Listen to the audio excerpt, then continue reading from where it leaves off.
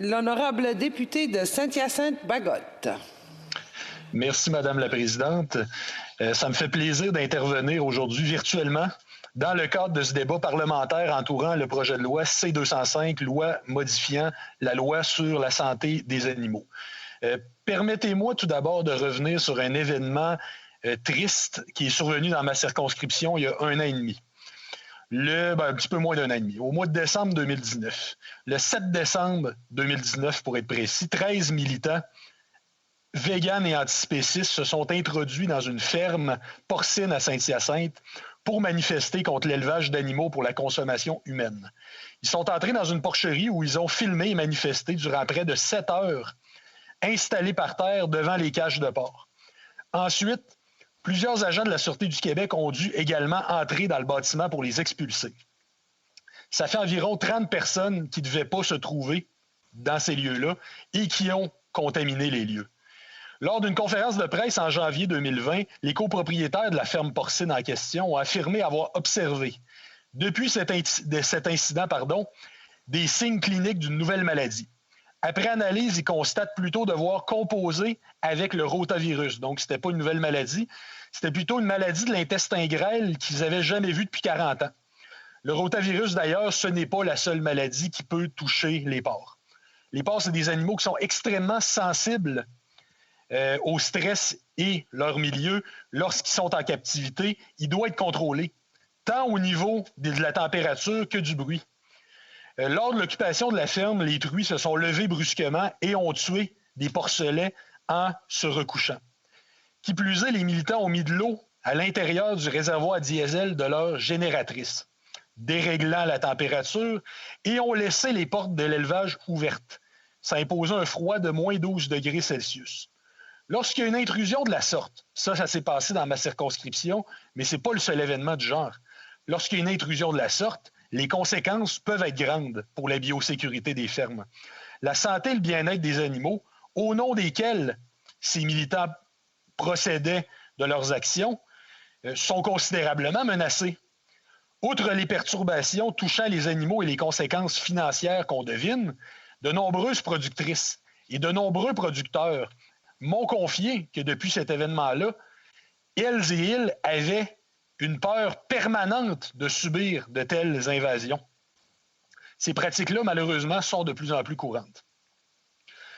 Suite à cet événement, l'Union des producteurs agricoles avait obtenu une injonction urgente contre le groupe militant pour leur interdire de s'approcher à moins de 500 mètres d'un établissement agricole sans, bien sûr, l'accord du propriétaire. S'ils ont l'accord, bien entendu, ils peuvent bien s'y approcher. Les 12 militants qui sont associés au groupe Direct Action Everywhere ont eu à répondre à 2 chefs d'accusation. Entrée par effraction dans le but de commettre un méfait et entrave au travail d'un policier. Il y en a une autre du groupe qui, elle, étant mineure, c'est un peu différent. Elle a eu à comparaître devant la chambre de la jeunesse. Par contre, même si les choses sont devant les tribunaux, le harcèlement n'a pas cessé. Encore récemment, les propriétaires de la ferme à qui j'ai parlé cette semaine ont été interpellés sur les réseaux sociaux. Ils ont dû cesser de répondre au téléphone pour éviter les invectives. Ils ne sont pas les seuls à être dans cette situation. On a hélas pu percevoir que la législation était insuffisante. C'est pourquoi on discute aujourd'hui donc du projet de loi C-205 modifiant la loi sur la santé des animaux. Celui-ci est donc fort simple. Il érige en infraction le fait de pénétrer sans autorisation ou excuse légitime dans un lieu où se trouvent des animaux, lorsque cela peut avoir comme conséquence d'exposer ces derniers à une maladie ou à une substance toxique susceptible de les contaminer. On appuie le projet de loi à cette étape-ci. Il n'est pas question, bien entendu, précisons-le, de s'opposer à la liberté d'expression, ni au droit d'expression, au droit de manifester, ou même aux valeurs véganes en elles-mêmes. Chacun et chacune est libre de les embrasser ou de les partager ou non. La question n'est pas là. On peut cependant cautionner d'aucune façon des actes illégaux qui nuisent tout autant aux producteurs et productrices qu'aux animaux. Il est important de mentionner que le bien-être animal, c'est une partie intégrante du modèle agricole québécois. Le modèle agricole québécois, il repose sur des fermes familiales, Il ne repose pas sur des fermes-usines où les animaux verront jamais une brindille d'herbe de toute leur vie. On n'en est pas là. En tant que porte-parole du Bloc québécois en matière de commerce international et en tant que député de la circonscription qui est probablement la plus agricole au pays, j'ai souvent l'occasion d'échanger avec les productrices et producteurs agricoles sur leurs craintes par rapport à la viande qui provient de l'étranger qui entre en concurrence avec la leur. Le bien-être animal, ça fait partie de leurs considérations parce qu'ils ont à affronter des concurrents aux coûts de production beaucoup plus faibles, notamment à cause de normes beaucoup plus laxistes en matière de bien-être animal. Ça les amène à prôner une meilleure réciprocité des normes, alors que les nôtres sont parmi les meilleurs au monde. Donc, finalement, les producteurs agricoles demandent une amélioration des normes en matière de bien-être animal partout sur la planète. C'est le cas, par exemple, des producteurs de canards qui ont tout récemment, fait part de leur insatisfaction face aux normes européennes plus molles que les nôtres, qui favorisent une concurrence que je n'hésiterai pas, moi, à qualifier de déloyale. C'est le cas des aviculteurs qui ont peur de ce qui risque d'arriver sur nos étagères en provenance des pays du Mercosur. Les producteurs de volailles font d'ailleurs signer un formulaire pour sensibiliser la main-d'œuvre au bien-être agricole. C'est aussi le cas des producteurs de lait qui ont adopté un code de pratique recommandé pour le soin et la manipulation des bovins laitiers en collaboration avec scientifiques et vétérinaires. Il contient des normes à respecter en ce qui a trait aux conditions de vie, à l'alimentation, aux soins de santé et au transport des animaux. Depuis 2017, ajoutons à ça même le programme de certification ProAction. Ça existe donc, je dis, depuis 2017.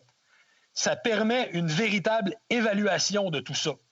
Ça, ce programme-là, on va dire, ouais, mais les producteurs de lait, ils n'ont pas dû être contents de se faire imposer un programme de certification, de se faire scruter à la loupe. Ben non, ça n'a pas été imposé. Ils ne l'ont pas accepté à reculons. Ils l'ont demandé, ils en ont pris l'initiative. Parce qu'une vache qui est bien traitée, ça produit du lait de bien meilleure qualité. Puis les vaches dorlotées et brossées, puis ça, c'est une étude qui le montre, ça peut produire jusqu'à 1 kg de lait de plus par jour. Et ça a 30 % moins de risque de développer une inflammation. Donc, bien traiter ces animaux, ça a juste des avantages pour les agriculteurs et les agricultrices. Ils en sont conscients. Ces productions-là, d'ailleurs, que j'ai nommées, là, c'est juste des exemples. Ce n'est pas une liste exhaustive. Retenons néanmoins que les militants qui ciblent l'agriculture québécoise se trompent de cible. Même si ça peut toujours être amélioré, il y a toujours place à l'amélioration, la question n'est pas là. Mais l'agriculture québécoise est à bien des égards un modèle à suivre. Puis l'affaiblir, ça ne fait que favoriser des modèles étrangers infiniment plus nocifs envers les animaux. Pour revenir au projet de loi, on l'appuie, mais on craint quand même certaines difficultés potentielles en lien avec son application. L'agriculture et la protection des animaux, c'est une compétence partagée. Ottawa a un pouvoir limité quant à la portée de l'application d'un tel projet de loi. C'est pourquoi il serait intéressant d'avoir davantage d'informations sur la fonctionnalité et l'application du projet de loi.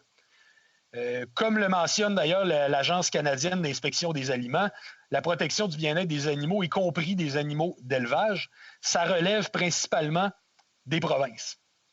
L'Agence canadienne d'inspection des animaux limite d'ailleurs son propre mandat à la réglementation du transport sans cruauté et le traitement sans cruauté des animaux destinés à l'alimentation dans les abattoirs fédéraux. Selon le Code criminel, c'est aussi interdit de provoquer volontairement la souffrance d'un animal en le négligeant ou en lui infligeant une douleur ou une blessure. Le Code y est appliqué par les policiers. Les responsables des sociétés provinciales et territoriales pour la prévention de la cruauté envers les animaux, ainsi que les ministères provinciaux et territoriaux de l'agriculture. Donc, il faut être prudent parce que toutes les provinces ont des lois, certes, régissant le bien-être animal, mais ce n'est pas toutes les provinces qui ont légiféré sur le cas précis des intrusions. Donc, certaines provinces et certains territoires ont adopté des lois ou règlements, mais certaines n'en ont pas. Certains, comme l'Alberta ou l'Ontario, ont resserré les lois pour punir les infractions, les entrées par effraction, mais le Québec n'a pas encore de loi semblable. Le Québec est en réflexion sur la question, donc il appartient bien entendu pas à Ottawa d'imposer ses lois aux provinces. Ceci étant dit, c'est pour soulever ce genre de questions-là que les études en comité existent. Donc, on pourra faire valoir nos préoccupations là-dessus rendues là. Il faut agir, et c'est pourquoi, au nom du respect des animaux, des lois, de la propriété privée et des producteurs et productrices, nous allons voter à cette étape-ci en faveur du principe du projet de loi CDH.